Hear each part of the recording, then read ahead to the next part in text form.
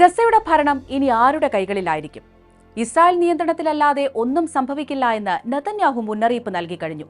അതേസമയം ഗസയുടെ ഭാവി ഭരണത്തിൽ തങ്ങളുടെ സ്ഥാനമുറപ്പിക്കാനുള്ള നീക്കങ്ങൾ ഹമാസ് രഹസ്യമായി ആരംഭിച്ചു കഴിഞ്ഞതായുള്ള റിപ്പോർട്ടുകളും പുറത്തുവരുന്നുണ്ട്.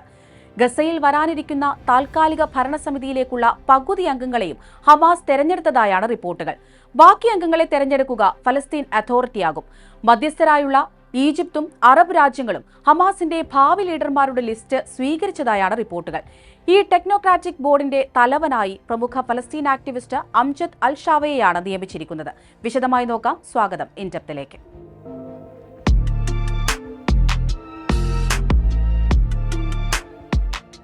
ഒക്ടോബർ 26-നാണ് ഹമാസും ഫലസ്തീൻ അതോറിറ്റിയും ഗസ മുനമ്പിന്റെ നിയന്ത്രണത്തിനായി ഒരു പുതിയ ടെക്നോക്രാറ്റ് ബോർഡിനെ നിയമിക്കാൻ തീരുമാനിച്ചത് എന്നാണ് ഇസ്രായേലി പബ്ലിക് ബ്രോഡ്കാസ്റ്റിംഗ് കോർപ്പറേഷനായ കാൻ റിപ്പോർട്ട് ചെയ്യുന്നത്.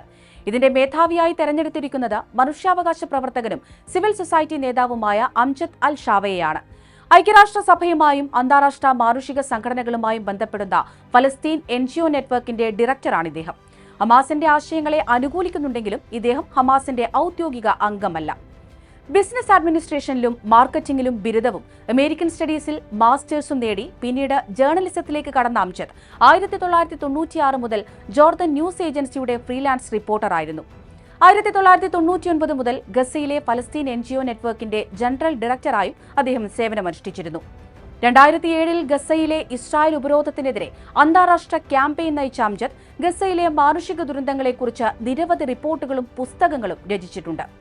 2023-ൽ ഫലസ്തീനിലെ സ്വതന്ത്ര മനുഷ്യാവകാശ കമ്മീഷൻ ഡെപ്യൂട്ടി കമ്മീഷണർ ജനറലായി അദ്ദേഹം നിയമിതനായി. നിലവിൽ ദേർ അൽ ബലാഹിലാണ് അദ്ദേഹത്തിന്റെ താമസം. യുദ്ധത്തിന്റെ ആദ്യ ദിവസങ്ങളിൽ തന്റെ വീടുപേക്ഷിച്ച് കുടുംബത്തോടൊപ്പം പലയിടത്തേക്കും പലായനം ചെയ്ത അംജദ് ജനുവരിയിലെ വെടിനിർത്തലിന് ശേഷമാണ് ഗസയിലേക്ക് മടങ്ങിയെത്തിയത്. അംജദ് ഷാവയുടെ നിയമനം ഔദ്യോഗികമാകാൻ US-ന്റെ അംഗീകാരം ആവശ്യമാണ്. എന്നാൽ ഗസയുടെ ഭരണകാര്യത്തിൽ ഹമാസിന് ഗുണകരമായ തെരഞ്ഞെടുപ്പാണിത് എന്നാണ് വിലയിരുത്തൽ.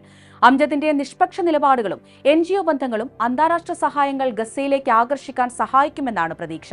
എന്നാൽ ആയുധങ്ങൾ ഉപേക്ഷിക്കാൻ തയ്യാറാകുന്നതുവരെ ഗസയിലെ പുനർനിർമ്മാണ പ്രവർത്തനങ്ങൾ ആരംഭിക്കരുതെന്ന് ഇസ്രായേൽ US-നോട് ആവശ്യപ്പെട്ടിട്ടുണ്ട്. അതിനിടെ ഗസയിൽ സുരക്ഷാ നിയന്ത്രണം തുടരുമെന്നും ആയുധങ്ങൾ താഴെവെക്കാൻ സാധിക്കില്ല എന്നും ഹമാസ് നേതാവ് മുഹമ്മദ് നസാർ റോയിറ്റേഴ്സിനോട് പ്രതികരിച്ചിട്ടുണ്ട്. ഫലസ്തീന്റെ പൂർണ്ണ സ്വാതന്ത്ര്യത്തിനുള്ള കൃത്യവും വ്യക്തവുമായ ഉറപ്പുകൾ ലഭിക്കണമെന്നാണ് ഹമാസിന്റെ ആവശ്യം. ഹമാസിന്റെ പദ്ധതി വെടിനിർത്തൽ കരാർ ലംഘനമാണെന്നും ഇസ്രായേൽ ചൂണ്ടിക്കാട്ടുന്നു. ഗസയിലെ അന്താരാഷ്ട്ര സേനകളെ ഇസ്രായേൽ തെരഞ്ഞെടുക്കുമെന്നാണ് നെതന്യാഹു ആവർത്തിക്കുന്നത്. US വിദേശകാര്യമന്ത്രി മാർക്കോ റൂബിയോയുടെ സന്ദർശനത്തിന് ശേഷം നെതന്യാഹു മന്ത്രിസഭാ യോഗത്തിൽ ഈ നിലപാട് വ്യക്തമാക്കുകയും ചെയ്തിട്ടുണ്ട്. ട്രംപ് മുന്നോട്ടുവച്ച ഉടമ്പടി പ്രകാരം ഹമാസിന് ഗസയുടെ ഭരണത്തിൽ യാതൊരു റോളും ഉണ്ടായിരിക്കില്ല എന്നാണ്. ഈ കരാറിന്റെ നേരിട്ടുള്ള ലംഘനമാണ് ഹമാസ് ഇപ്പോൾ നടത്തിയിരിക്കുന്നത് എന്നാണ് പടിഞ്ഞാറൻ മാധ്യമങ്ങൾ റിപ്പോർട്ട് ചെയ്യുന്നത്. ഭീകരവാദത്തിന്റെ തുടർച്ചയെന്നാണ് ഇസ്രായേൽ ഈ നീക്കത്തെ വിശേഷിപ്പിച്ചത്. PA-യുടെ സഹകരണം ഫത്താഹ് ഹമാസ് സഖ്യത്തിന് പുതിയ അടയാളമായും വിലയിരുത്തപ്പെടുന്നുണ്ട്. ഈ രഹസ്യ പദ്ധതികൾ വിജയിച്ചാൽ ഹമാസ് പ്രതിനിധികൾ വഴി സുരക്ഷ നിയന്ത്രിക്കും. 2023-ലെ തെരഞ്ഞെടുപ്പിൽ ഹമാസ് ഭരണം പിടിച്ചെടുത്തതുപോലെ പുതിയ സംഘർഷങ്ങൾക്ക് വഴിയൊരുക്കുമെന്നും വിമർശനങ്ങൾ ഉയർന്നിട്ടുണ്ട്.